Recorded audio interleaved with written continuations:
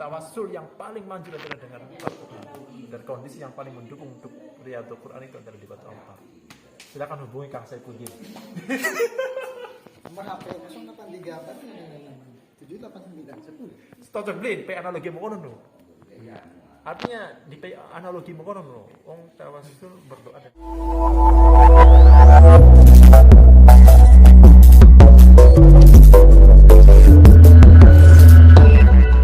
sehingga halus dah kontak akhlakillah berakhlak sebagaimana akhlaknya Allah.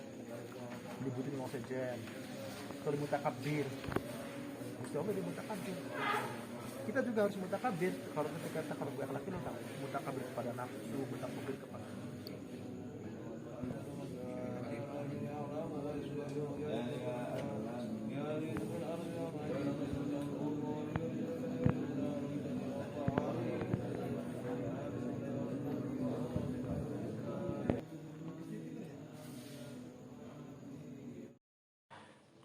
Assalamualaikum warahmatullahi wabarakatuh. Bismillah, alhamdulillah, salatu wassalamu ala rasulillah ba'du.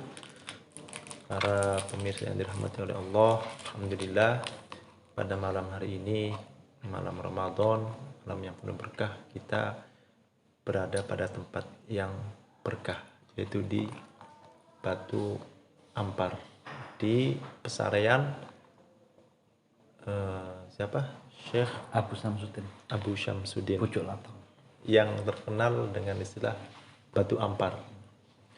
Jadi di Batu Ampar ini adalah tempat yang masyhur ya, yang masyhur dikenal oleh banyak orang bahwa tempat Batu Ampar ini adalah tempat riyadhah Al-Quran.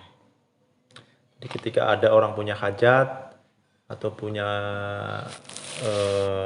keinginan kepada Allah agar supaya dikabul dan seperti kabul, banyak orang yang riyadhahnya atau berdoanya wasilah membaca Quran di Batu Ampar ini. Jadi kalau boleh kita menilai, kalau kita mengkaji bahwa riyadhah di sini atau berdoa di sini itu banyak hal-hal yang luar biasa. Yang pertama, jadi Syekh Abu Syamsuddin itu pernah gimana Kang? Coba sampean disampaikan. Tentang apa nih? Syekh Abu Syamsuddin pernah wasiat. Oh, wasiat. Wasiatnya siapa yang bisa menghatamkan Al-Quran? Iya. Siapa yang bisa menghatamkan Al-Quran di tempatku, di makamku, Iya. maka insya Allah hajatnya saya kabulkan. Iya. Siapa yang bisa Akan didoakan ya, akan didoakan untuk dikabulkan ya. Siapa yang bisa menghatamkan 41 hataman Iya. di makamku, hajatnya akan saya kabulkan. Ya, didoakan oleh beliau dan insya Allah makbul gitu ya. Makbul. Nah, Iya. kalau tidak makbul, Iya, apa? suruh apa itu? Batu nisan itu apa itu? Dicabut posisinya. Suruh ngogar batu nisan. Oh ya. Itu ungkapan pasti akan dikabulkan oleh Allah gitu ya. Iya. Jadi siapa yang menghatamkan Al-Quran di pesarean beliau, itu insya Allah beliau mendoakan kepada Allah dan insya Allah pasti makbul. Ini kenapa demikian? Karena beliau wali Allah ya, termasuk wali min auliyaillah dan termasuk ahli Al-Quran, termasuk ahli salihin, termasuk wali min auliyaillah. Jadi kalau kita berbicara kelebihan-kelebihan tempat Batu Ampar itu banyak. Pertama, wasiat beliau disuruh ngatamin Quran. Jadi saya ingat bahwa ada satu ungkapan ulama bahwa mendekatkan diri kepada Allah yang paling cepat bahasanya, mendekatkan diri kepada Allah yang paling manjur ibaratnya itu adalah mendekatkan diri dengan cara membaca Al-Quran. Kalau kita logikakan kan begini, kita punya karya misalkan, sampean punya karya lagu, lagu sampean saya nyanyikan, saya ulang-ulangkan di depan sampean. Kira-kira sampean yang punya lagu itu seneng nggak? Ya seneng lah, tetap karya kita bisa bisa diulang-ulang, bisa Ya seneng sampean sering. Ya begitu juga Allah Subhanahu wa taala. Al-Qur'an itu kalamullah. Jadi ketika dibaca terus itu Allah yang punya kalam itu sangat senang sekali. Sehingga ketika senang, ya yang namanya orang senang ya, itu nggak minta juga pasti dikasih. Iya, ya gitu kan Kang. Seperti sampean pernah senang perempuan nggak sampean? Pernah senang nggak? Ditolak terus ya? iya, iya. Seneng tapi ditolak itu masalahnya tuh. Iya, seperti sampean senang perempuan itu pasti belum ngomong juga kalau ada kerentek gitu pasti langsung diberikan. Begitu juga Allah Subhanahu wa taala. Ini bukan berarti menyamakan makhluk dengan Tuhan, bukan. Artinya supaya kita menyandak sifat min sifatillah. Ketika kita membaca Qur'annya, kalamnya, membaca kitabnya, itu beliau sangat senang sekali. Sama seperti misalkan, contoh yang lebih konkret. Sampean punya karya, bikin mobil. Terus mobil sampean saya pakai, terus jalan-jalan kemana, dikenalkan sama orang. Kira sampean yang bikin mobil itu seneng nggak? Ya seneng. Seneng gitu. Begitu juga Allah Subhanahu wa taala. Kalau Quran kalamullah, kitabullah. Ketika dibaca maka Allah sangat senang sekali. Ketika sudah senang ya apapun yang dikehendaki, yang kerentek bukan minta lagi. Kalau kerentek saja sudah langsung diijabai oleh Allah Subhanahu wa taala. Jadi apa tadi? Mendekatkan diri kepada Allah yang paling manjur, yang paling nomor satu itu adalah dengan membaca Al-Quran. Makanya ulama pernah berkata, ketika Anda pengen bermukalamah dengan Allah, bermunajat dengan Allah, berasik-asikkan berdialog dengan Allah, maka dengan cara berdoa. Ketika Anda ingin diomongi oleh Allah, dinasihati, diberi siraman, maka bacalah Al-Quran.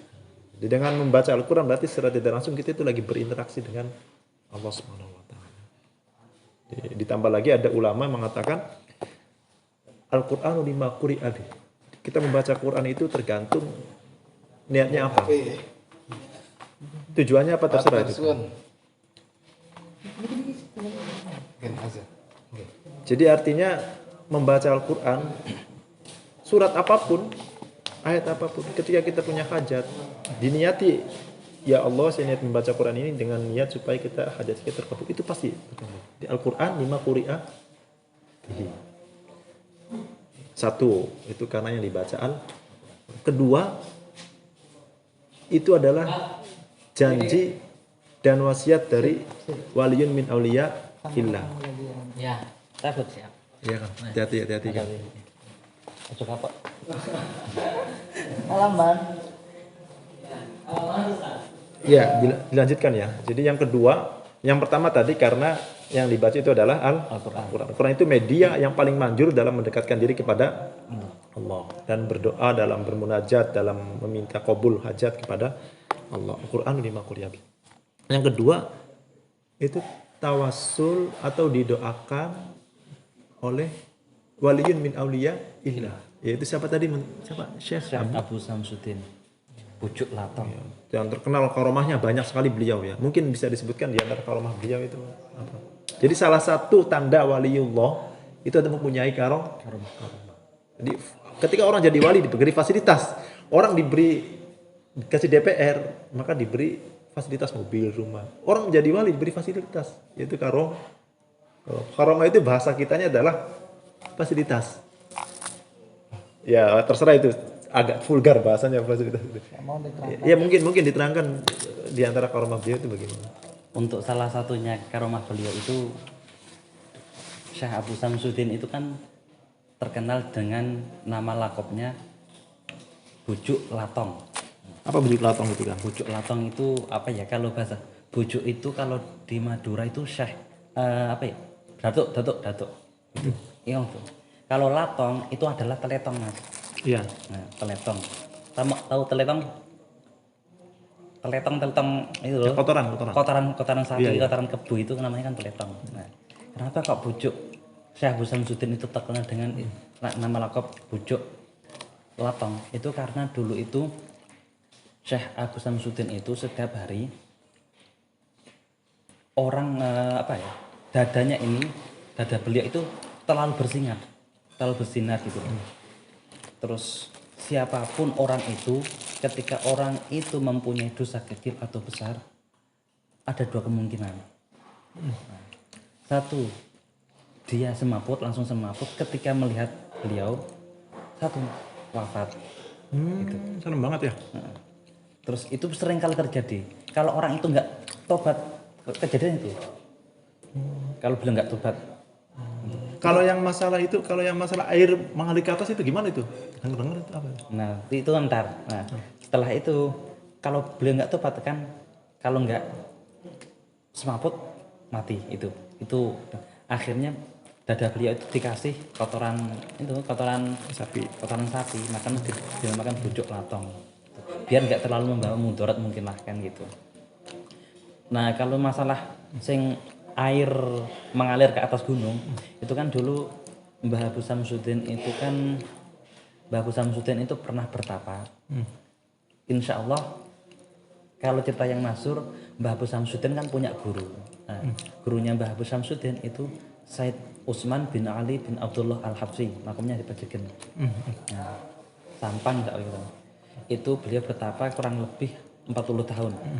40 tahun bertapa di Gunung Aingnyanok. Saat itu Gunung Aingnyanok itu kan kekeringan, nggak ada air sama sekali. Dan di bawah gunung itu ada sungai gitu. Akhirnya sama Mbah Abu Samsudin di bawah tongkatnya Mbah Abu Samsudin itu digeret dari mulai sungai ke atas gunung. Dan mengalirlah jadi aliran sungai ke atas gunung. Jadi airnya mengalir ke atas. Air ke atas bukan ke bawah gitu. Itu ada saksi Sekarang masih ada. Masih mengalir ke atas. Ada gitu. Masya Allah. Sampai sekarang masih ada? Iya, masih ada. Ini sampai dengar cerita dari siapa ini? Wah, ini semuanya masyhur ini. Apa sampai ketemu sendiri dengan siapa? Sampai kan wali kan? Oh, itu semua itu duriah Ini Batu Ampar pemirsa, beliau ini termasuk waliun min auliyaillah ini. Masya Allah ya. Banyak cerita yang aneh beliau dapatkan. Terus apa lagi kira-kira? Ada lagi? Banyak ya? Ya mungkin di antara karomah yang paling terkenal sih orang yang menghadapkan Quran di sini didoakan oleh beliau dan doanya mustajab. Nah, jadi saya ulangi, kelebihan di sini itu adalah munajatnya, berdoanya lewat Al-Quran. Quran itu adalah satu media yang paling manjur mendekatkan diri kepada Allah. Yang kedua adalah biwasilati waliyun min auliya illah. Jadi kita baca Al-Quran di sini nanti akan didoakan oleh Syekh Abu Samsudin itu, hajatnya pasti terkabul. Dan doanya wali itu pasti diijabah. Dan di Batu Ampar itu gini, banyak para wali-wali yang ada di tanah Jawa itu semuanya dulu itu riyadhahnya, tirakatnya di Batu Ampar. Mbah Khudori. Mbah Khudori pernah di sini? Mbah Khudori itu kan dulu di Batu Ampar 1000 khataman. Tahun berapa itu? Zamannya siapa itu? Waduh, kalau zaman saya enggak. Sampai kata siapa cerita begini nih, bener nggak? Ini sampai sekarang kan Duriah Tegalrejo ke sini. Oh, ini yang sekarang ini ada santri-santrinya beliau.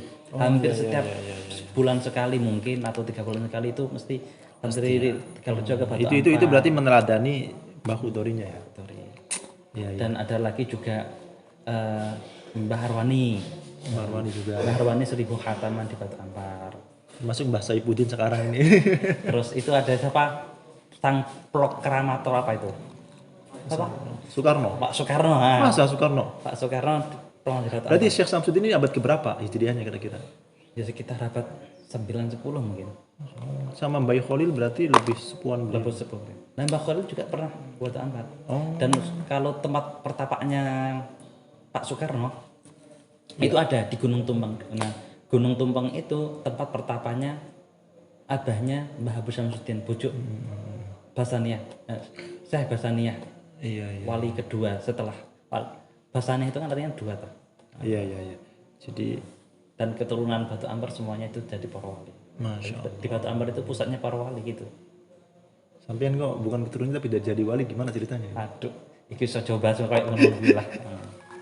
Iya, jadi Dan ini kalau masalah Pak Karno ini Mas ya, kesaksian Pak Karno waktu bertapa di Batu Ampar di Gunung Temung itu masih ada sampai sekarang. Beliau masih sugeng, masih hidup.